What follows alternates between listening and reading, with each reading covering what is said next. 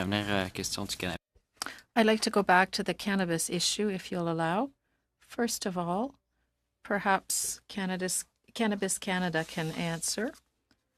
With the new framework to obtain a license as a cannabis producer, do you think the precautionary measures or the precautions are sufficient? Will they prevent these licensed producers from being funded by illicit investors, either here in Canada or abroad? The Journal de Montréal and others have investigated some producers who were in fact funded by businesses, etc., tax havens. Do you believe the framework is enough to protect the recreational cannabis industry from shady investors? And I'd like to provide some clarification respectfully to that investment and those shady investors that I referred to. The money that was often quoted in the Montreal Journal was related to offshore trusts, and these are created for a variety of reasons, generally legal. But that is not what I'm here to talk about and defend. Really, the cannabis industry goes through the most vigorous licensing and dual regulation process of any industry in Canada. First of all of our members have to go through the full ACMPR licensing process. So they are investigated, their family members, anyone associated or with the controlling interest in said company is investigated deeply. They have to first pass that security check from the RCMP. They go through a dual regulation through the OSC or whatever stock regulator they operate under.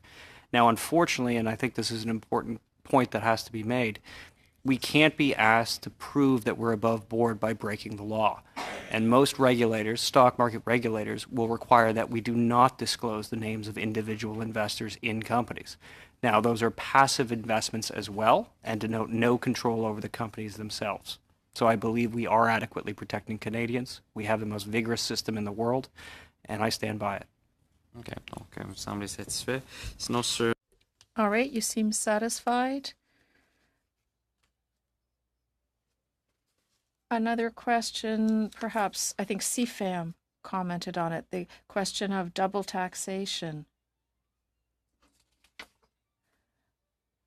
I think beer producers are probably will be facing the same situation. Once excise taxes are paid, you mentioned they're 47% of beer prices. There will also be sales, GST, HST, sales tax on top of these excise taxes. Is this an obstacle to cannabis access?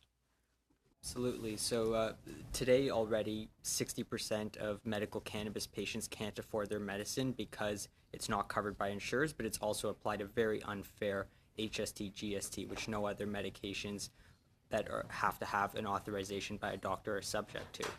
With that said, this new excise tax will be applied at the point of production, so the HST will be compounded. So it would be a double taxation, a compounded taxation on a medicine. So I think that's the really key thing, that patients, people who are suffering from extremely difficult situations, lots of the people we represent are on disability, they have no income and they're already suffering.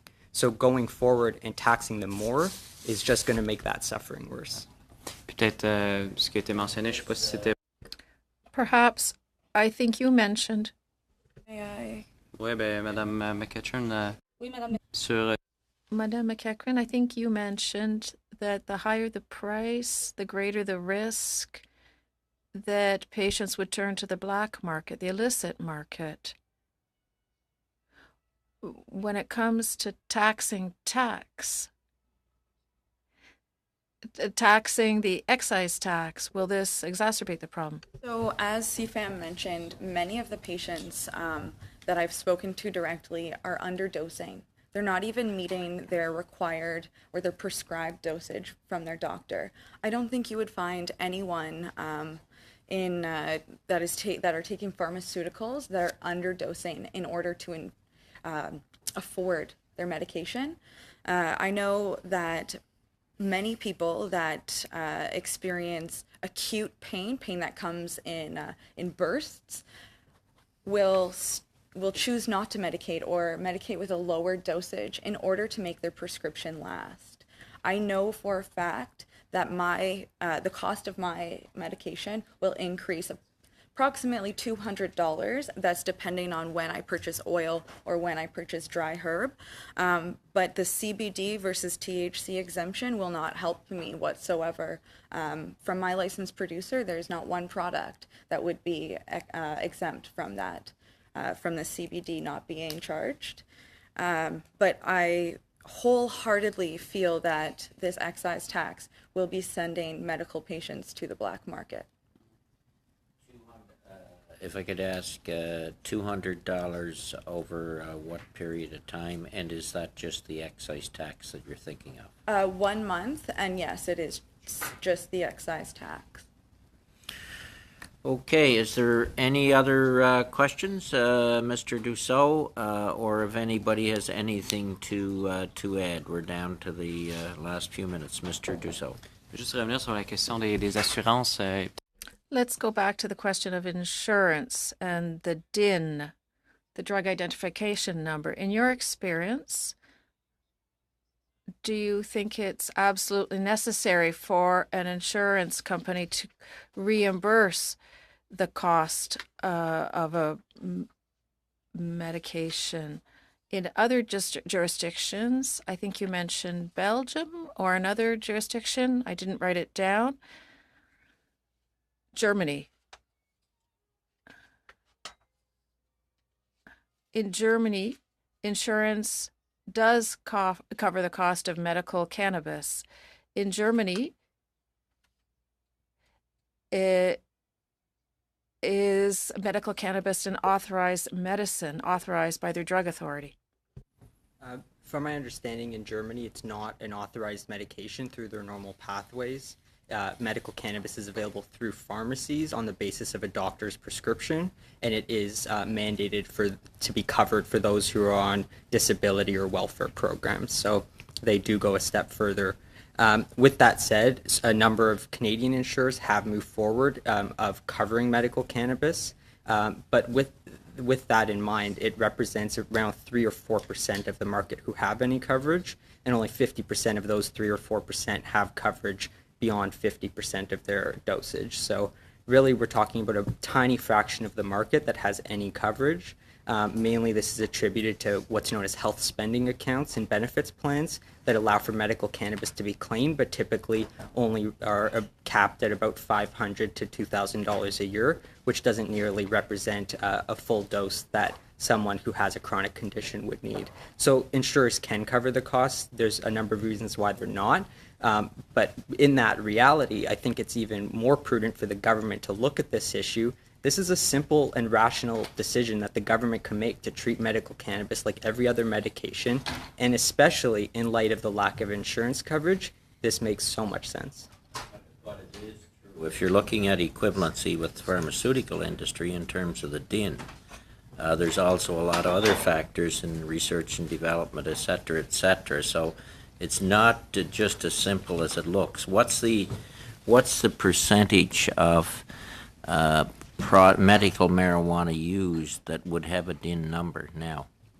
It is very low. It's an extremely low percentage. The 269,000 Canadians are all using cannabis for medical purposes on the authorization of their healthcare providers, but that's not prescription medical cannabis. There's very few products on the market that are considered prescription cannabis products, and those are only indicated for very narrow conditions. But with that said, let me just remind this committee that the courts have been very clear. In the absence of a DIN, the government of Canada still has to provide reasonable access to cannabis for medical purposes, and we believe that this is a reasonable approach to treating cannabis like a medicine, and that extends to taxation. Okay, final question and a short one, Mr. Albus. Yeah, well, hopefully it'll be short, Mr. Chair.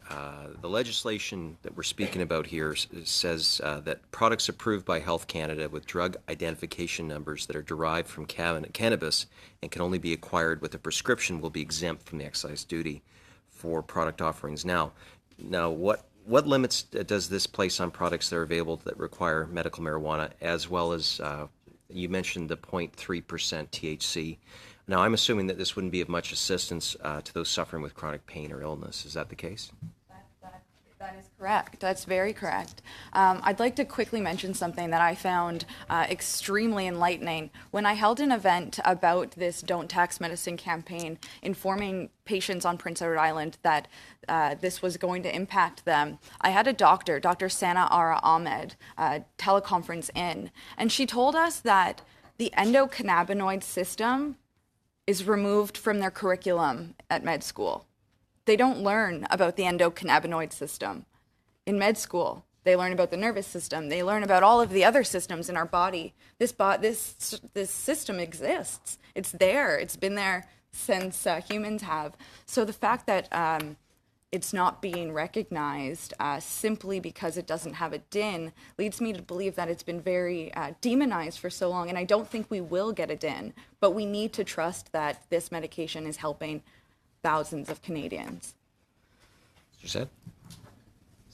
Absolutely. We agree that in the absence of a DIN is not a legitimate reason to tax patients. We're not just talking about HST, GST, which is applied to other products like natural health products that don't have a DIN. I think there's some arguments, not that we would agree with them, that could be made in that regard. But with that said, it's very clear when it comes to excise tax or a sin tax, this should not be applied to medicine. This has nothing to do with the DIN. So while the government is making a good move to exempt these medicines from a DIN, that's only logical. And that same logic should apply to the medical cannabis products that patients are accessing through the ACMPR. And that's where the majority of patients are. That would make a difference in Canadians' lives.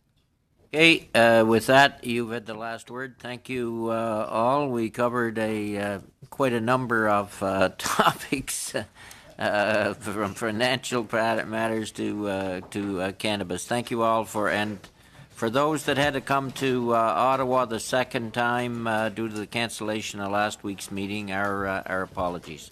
Meeting adjourned.